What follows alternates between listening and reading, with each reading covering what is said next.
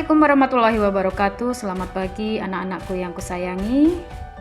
Kembali lagi kita akan belajar kimia hari ini. Hari ini kita akan membahas tentang diagram orbital dan elektron valensi.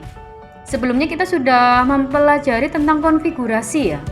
Nah, konfigurasi elektron itu ketika penulisan itu harus tepat.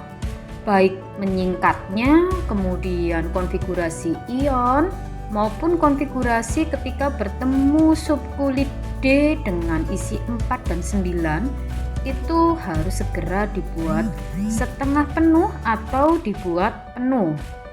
Nah, kali ini kita akan membahas bagaimana cara untuk menggambarkan diagram orbital dan menentukan elektron valensi. Oke, yang pertama di sini kita akan menggambarkan diagram orbital. Apa itu diagram orbital? Diagram orbital dibuat berdasarkan aturan Hahn. Pada orbital-orbital yang tingkat energinya sama, elektron diisikan satu persatu terlebih dahulu, baru kemudian berpasangan. Nah, di sini saya akan mencontohkan yaitu atom oksigen dengan konfigurasi elektron. Tentunya kalian sudah paham ya. Di sini ada 1s2, 2s2, kemudian 2p4. Nah, bagaimana kita bisa menggambarkan diagram orbital? Maka tentunya kita harus menggambarkan. Ketika kita bertemu dengan 1s2, maka kita gambarkan kotak berisi 2. Kemudian kita ketemu 2s2, kita juga gambarkan satu kotak dengan isi 2 elektron. Kemudian 2p4, ingat ya, 2p4 berarti isinya 4. Satu yang positif dulu, 2, 3, kemudian balik 4. Nah, ini yang disebut dengan diagram orbital. Jadi kita dalam oksigen kita bisa tahu bahwa orbital dalam oksigen ada 3 orbital yang terisi elektron berpasangan dan ada 2 orbital yang berisi elektron tidak berpasangan atau sendirian. Nah, dari elektron-elektron ini kita nanti bisa menentukan 4 bilangan kuantum, mulai elektron ke-1 karena di sini oksigen ada 8 elektron ya, hingga elektron ke-8. Ini masing-masing sudah ada bilangan kuantumnya. Misal Bu Atin akan memberikan bilangan kuantum untuk elektron yang terakhir bagaimana? Mana elektron terakhir? Ini elektron terakhir yang kita gambar terakhir tadi ya. Elektron ke-8 di sini. Maka di sini berapa bilangan kuantumnya? Kan kita berdasarkan ini. Di kulit keberapa? Berarti ini adalah N. Di subkulit keberapa? Ini adalah L. Kemudian 4 ini berisi elektron. Dia berhenti di mana? Ketika kita ketemu P itu kan -1, 0, +1. Nah, berarti M-nya adalah -1 karena berhenti di kotak -1. Kemudian bagaimana arahnya? Karena arahnya berlawanan, maka di sini nilainya adalah -1/2. Jadi masing-masing elektron itu memiliki bilangan kuantum, keempat bilangan kuantum yang berbeda sesuai dengan aturan Hahn di sini ya. Nah, kemudian berikutnya contoh menggambarkan diagram orbital yang lain. Misalnya di sini saya ada konfigurasi elektron dari ion F-. Ingat ya, ketika kita ketemu ion, maka yang harus kita konfigurasikan yang utama itu adalah atomnya dulu kita atau unsurnya dulu kita konfigurasikan. Tanpa muatan dulu. Oh, ternyata F begini konfigurasinya. Kita gambarkan diagram orbitalnya. Kemudian, nah, elektron kalau dia sudah membentuk F- alias ion, maka ketika menjadi ion negatif kan kalau F- berarti ketambahan 1 elektron, maka dia akan menambahkan di kulit yang terluar. Nah, di kulit terluar ini kemudian ketika membentuk ion positif, konfigurasi elektron Fe kita gambarkan dulu, kita buat dulu konfigurasi Fe yang netral atau tidak bermuatan. Setelah itu kita gambarkan konfigurasi ionnya. Nah, ingat kalau positif maka ion yang lepas adalah ion di kulit terluar dulu. Nah, berarti di sini ini hilang ini. 4S-nya hilang. S-nya 0 hilang. Kemudian D-nya juga berkurang 1 karena mintanya di sini 3+ ya. Berarti yang hilang 2 di sini, 1 di sini. Nah, hilang berarti tinggal AR 3D5. Nah, di sini. Jadi kita ini S-nya otomatis kosong.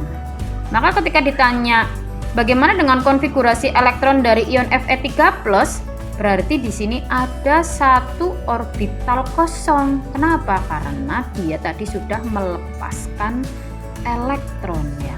Nah, ini di sini. Saya harap kalian nanti bisa lebih paham ya dengan penggambaran ini, tahu bagaimana cara menggambarkan diagram orbital. Nah, kemudian contoh soalnya di sini diketahui unsur titanium memiliki nomor atom 22. Nah, titanium memiliki nomor atom 22. Ingat ya, yang di bawah itu nomor atom. Kemudian neutron sebanyak 25. Ini hanya sebagai faktor pengecoh sebenarnya. Neutron ketika ditambah nomor atom itu kan akan menjadi nomor massa. Nah, mana sih yang digunakan untuk konfigurasi? Ini namanya lambang atom ya. Nah, lambang atom ini yang digunakan konfigurasi adalah yang bawah alias nomor atomnya. Nah, kita konfigurasikan 22 itu paling dekat dengan siapa? Paling dekat dengan AR. AR itu 18. AR itu adalah unsur ketiga dalam gas mulia. Berarti berikutnya adalah 4S2. Ini baru 20. Kemudian 3D2. Di dalam AR ini kan total elektronnya 18 elektron ya, otomatis. Kalau 18 elektron ini sudah penuh, berarti ada 9 orbital yang sudah penuh semua. Karena kan masing-masing orbital berisi 2 elektron. Kemudian yang S2 kita gambarkan, S isinya 2. Nah, kemudian D orbitalnya itu adalah 5, kita buat 5, 1, 2, 3, 4, 5. Kemudian elektronnya 2, kita isikan 2, 1, 2. Sehingga kita bisa menjawab sekarang. Jumlah orbital yang berisi elektron berpasangan. Ini juga sudah 9 ya tadi ya. Yang AR kita menyingkatkan sudah pasti 9. 9 ini juga berpasangan. Berarti 10 orbital. Kemudian jumlah orbital yang berisi elektron tidak berpasangan. Nah, berarti ini. Berapa orbital yang berisi elektron sendirian? 2 orbital. Berapakah jumlah orbital kosong? Lah ini kan kosong, nggak ada isinya. Berarti ada 3 orbital. Nah, gitu. Jadi masing-masing di sini kita sudah bisa menjawab kalau ditanya jumlah orbital dengan cara menggambarkan diagram orbitalnya. Semoga bisa dipahami ya ini ya untuk diagram orbital. Nah, materi berikutnya itu adalah elektron valensi. Di sini apa itu elektron valensi? Elektron valensi adalah elektron yang berada di kulit valensi paling luar. Nah, elektron yang berada pada kulit valensi inilah yang digunakan untuk membentuk ikatan ketika nanti kita masuk ke bab 3 ya, ikatan kimia ya. Kemudian yang berikutnya, elektron valensi dapat ditentukan dari konfigurasi elektron suatu unsur. Nah, jadi kalian harus mengkonfigurasikan dulu untuk mengetahui jumlah elektron valensi pada suatu unsur atau atom. Nah, elektron valensi dengan konfigurasi terakhir itu ada 3 macam. Bisa NS, kemudian ada NS dan NP, kemudian ada NS dan N-1D. Nah, nanti 3 pola ini yang menentukan valensinya berapa. Nah, caranya bagaimana? Caranya menentukan dari jumlah elektron yang ada di S. Jumlah elektron kalau SP berarti S sama P dijumlahkan nanti di sini. Atau jumlah elektron NS N-1D, berarti ini juga harus dijumlahkan. Nah, berarti ada 3 tipe yang perlu diingat ya. Ada NS, NSNP, atau NSN-1D. N-1D. Jadi kalau kita ketemu SD itu pasti D-nya -1. Nah, ini kalian harus hafal pola ini. Contoh, masuk ke contoh soal. Yang pertama, untuk unsur yang konfigurasinya berakhir pada subkulit S, elektron valensinya adalah jumlah elektron yang terdapat pada subkulit S tersebut.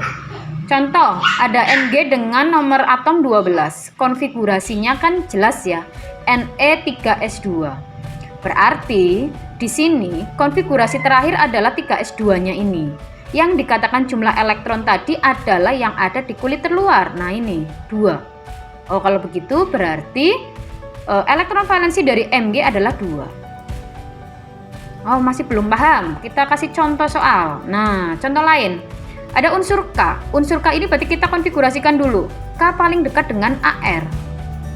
AR, kemudian 4, S1 ya. 4 S1. Nah, berarti kan terakhirnya di S ini sudah konfigurasi lanjutnya hanya S saja. Maka di sini unsur K memiliki elektron valensi Fe ya, nanti disingkat boleh. Berapa? Ya sesuai dengan jumlah elektron di subkulit S, yaitu 1. Atau Ba di sini kita konfigurasikan. Ba itu berarti paling dekat dengan Xe. Xe itu 54 ya. Xe itu unsur keberapa? Xe itu unsur ke-5. Berarti berikutnya adalah 6. 6 apa? 6S. Sisanya berapa? 2. Oh, ini berakhir di 6S2. Kalau begitu berarti elektron valensi Ba itu jumlahnya adalah sesuai yang ada di subkulit S, yaitu 2. Maka ketika kita konfigurasikan kita harus benar-benar, jangan sampai salah konfigurasinya. Lanjut ya, selain tadi S ada juga konfigurasi untuk unsur yang berakhir di subkulit P. Nah, elektron valensi itu jumlah elektron yang terdapat pada subkulit S dan P. Tentunya kulitnya harus sama. Kulit itu kan angka yang depan ya. Misalnya begini, ada S16, konfigurasinya Ne 3S2, 3P4. Ini kan berhentinya di P. Kalau berhentinya di P, maka S ini berlaku. Kenapa? Karena nggak ada P saja, harus SP, harus sepasang. Berapa jumlah elektron valensi? Nah, kita jumlahkan antara S dan P.